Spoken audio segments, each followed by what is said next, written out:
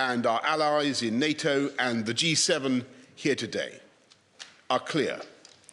We will not stand by while Putin vents his fury on Ukraine. I've rarely seen our nations more united in recent years than we are now. Putin's failure in Ukraine is vital for the peace and prosperity of all of us, and his barbaric invasion has galvanized the international community into collective action. We will work with like-minded allies to ramp up lethal aid to Ukraine at scale, providing kit to President Zelensky in the quantity and with the quality that he needs to defend his country from its bullying neighbour. Today, I've announced that we in the UK will send an additional 6,000 missiles and provide £25 million in unrestricted funding for Ukraine's armed forces, more than doubling the lethal aid we've provided to date. We're bolstering our support for the NATO countries on the front line, sending a new deployment of UK troops to Bulgaria on top of doubling our troops both in Poland and in Estonia. This is just the beginning. We must support a free and democratic Ukraine in the long term. This is a fellow European democracy fighting a war of national defence.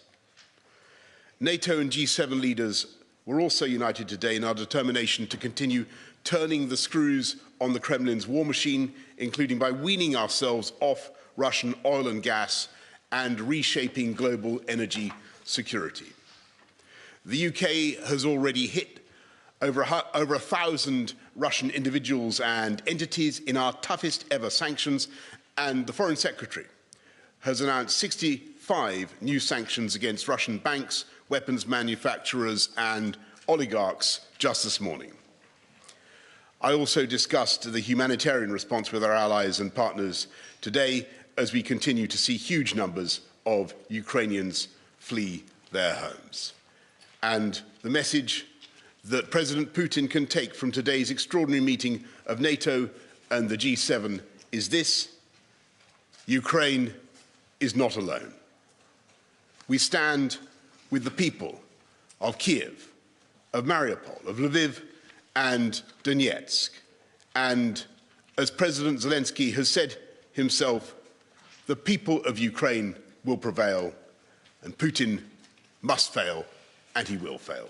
Thank you all very much, and I'm going to take a few questions from as many of you as I can, though we have to rush for a plane. Let's go to Nick Beake of the BBC. Nick. Prime Minister, thanks very much. You say that you're sending to Ukraine.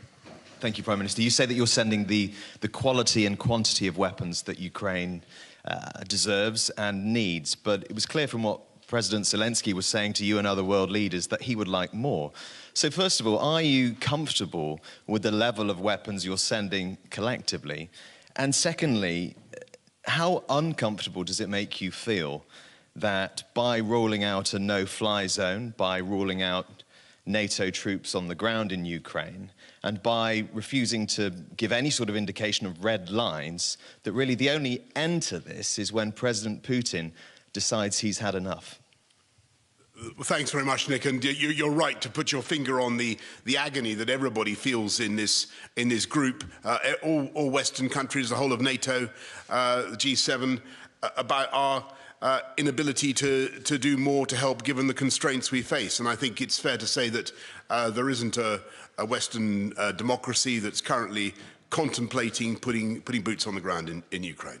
And we've got to be clear about that. Nor is there a country that is willing to enforce a no-fly zone in the way that we would so like to, but unfortunately it does mean air-to-ground attacks on Russian air defences, and it does mean taking down Russian fast jets and asking the RAF to do that. That's not something that any country here is contemplating. What we are doing is steadily ratcheting up the movement of lethal but defensive weaponry to Ukraine, and that is growing in volume the whole time. And what the Americans are doing and what they have done is really quite extraordinary already. And the UK is proud of what we've contributed. I'll go to Sam Coates of Sky. Thank you, Prime Minister. Sam Coates of Sky News. President Zelensky, interestingly, didn't repeat his call for a no-fly zone when he addressed NATO leaders. Instead, he was very, very specific. He wants tanks and jets.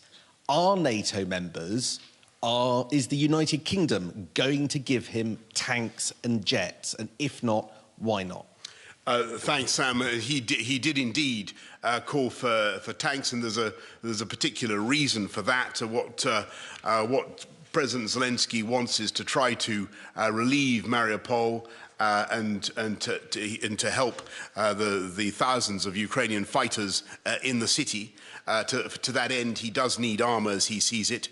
We're looking at what we can do to help, but I've got to tell you, logistically at the moment, it looks very difficult, but both with armour and with jets. We're very conscious of what he's asking for. At the moment, we're looking at the equipment that we think is more immediately valuable is missiles that will enable the Ukrainians to protect themselves against bombardment from the air, but also to deal with the Grad rocket launchers, the Russian heavy artillery. That is doing such death and dealing such death and destruction in the cities. And there, I think, if we can really help them, that would be extremely valuable, because they need protection from that absolutely merciless onslaught from artillery and from the rocket launchers. James Mates, ITV. Prime Minister, you've also spoken about weaning Europe off Russian oil and gas. There'll be a discussion tonight that you won't be part of at the European Council. Is Europe doing enough? Are the Germans doing enough? What will Britain do to help other countries who rely more on Russian oil and gas to wean themselves off it? Thanks, James. Look, and I just want to say that this is easier for some countries than it is for others, and everybody can see that. And clearly, the dependency in Germany and in Italy is very strong, and there are many other European countries that depend on Russian gas. But what they're all doing is moving to extricate themselves from that position and to avoid being blackmailed by Vladimir Putin. And I think that what Olaf Scholz has done, the steps that they're taking, I think it's heroic. And I applaud what Germany is doing. They've set themselves deadlines to move away from oil and gas. I don't think it'll be easy. And the Italians are doing the same. I don't think it'll be easy for them. But it's the right thing to do in the long term, in the medium term. And we will help. Of course, and one of the ways that I think we should all work together is in the sharing and the development of alternative provision, not least wind power. I mean, the Baltic countries, for instance, are heavily dependent on gas, but they have a fantastic future as generators of clean renewable energy. We want to help that. We have a lot of experience of it. Jason Gretz, Daily Mail. Thanks, Prime Minister. The Kremlin has named you today as their public enemy #1, saying you're leading the kind of anti-Russian resistance internationally. I wondered why you thought that had happened, whether you thought we were going to get any blowback back home from that, and how you feel about it. And you just mentioned wind farms. Is the price of all this going to be sort of going back to having more onshore wind farms back home? Okay, well, look, there's a couple of points there, Jason. First of all, I think it's very, very important for everybody to understand that I don't think there's a single person round the table in NATO or the G7 who is against Russians or the Russian people. Absolutely not. Least of all me. I think I'm probably the only Prime Minister in UK history to be called Boris. You know, I have that distinction, and I'm not remotely anti-Russian, but I think what we all agree is that what Vladimir Putin is doing, the way he's leading Russia at the moment, is utterly catastrophic, that his invasion of Ukraine is inhuman and barbaric, and the conduct of that invasion is now moving into the type of behavior that, as I said before, we haven't seen in the continent of Europe for 80 years. It's horrific. So you can be sympathetic towards ordinary Russians who are being so badly led, but you can be deeply hostile to the decisions of Vladimir Putin, the way he's leading his country. And sorry, you had another question about onshore wind. Look, I want to be clear. I think the massive opportunity for the UK is in offshore wind, and we've got good at that. We were, until very recently, I'm slightly to my irritation, we seem to be overtaken now by China, but we were until recently the biggest producer of offshore wind in the world. And one of the things I want to be setting out in the forthcoming British energy security strategy is how we can regain our lead as the number one, and where we're going to be doing it. And I think you can do it in a completely environmentally friendly way. You can generate phenomenal quantities of renewable energy at zero marginal cost, and it is the way forward. Euronews, Meave McMahon.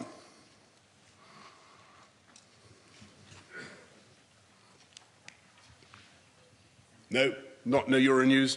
Forgive me. I'm going to go to Natasha Clark from The Sun. Natasha.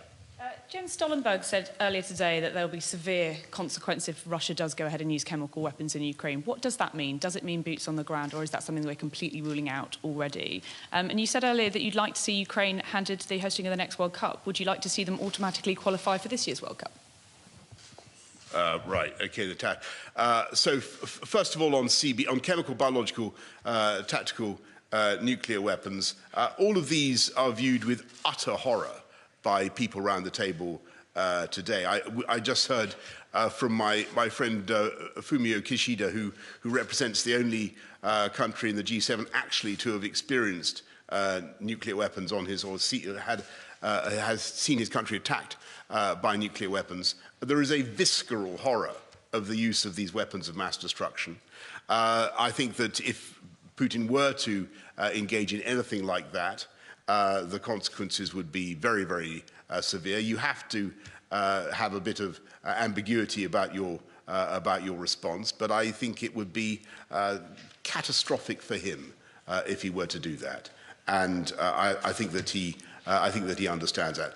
But you know, when you look at what he's saying, I think Joe Biden is right to warn, because you know, when the Russians start doing this stuff about oh well, there are factories in Ukraine producing American biological weaponry, you know that is a prelude to a false flag operation, and they could well do something.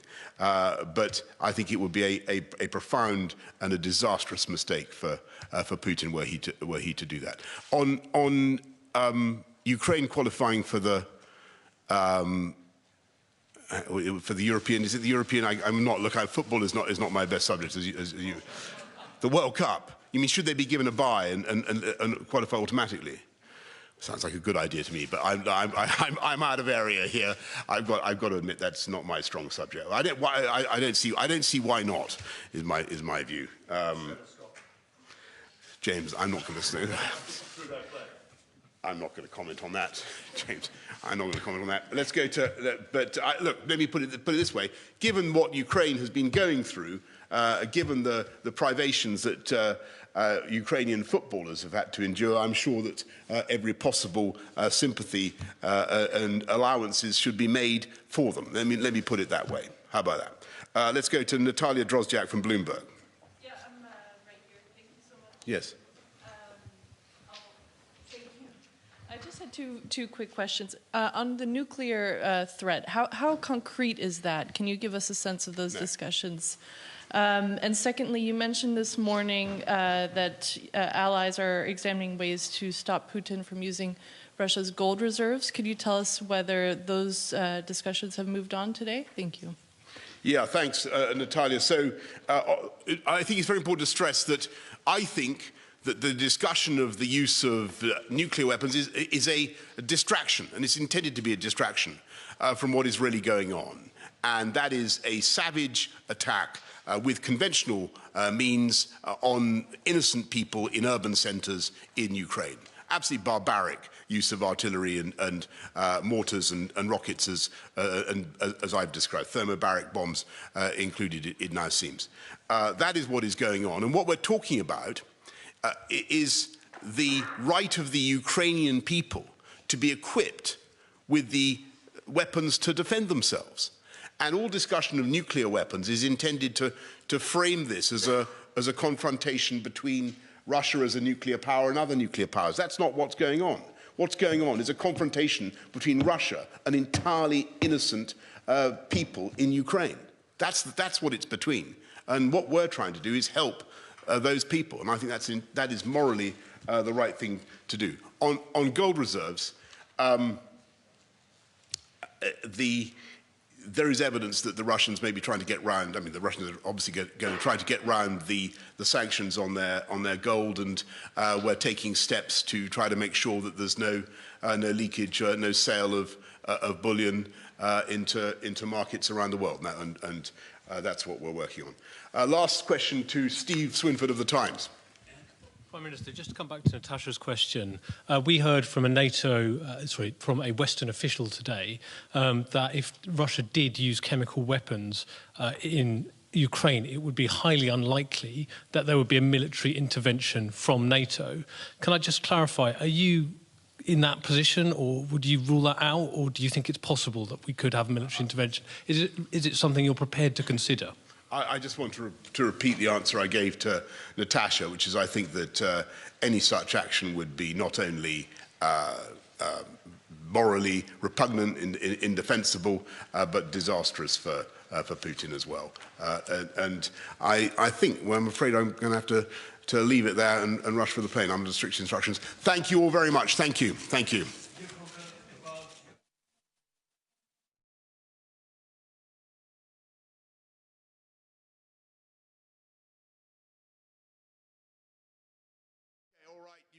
Okay.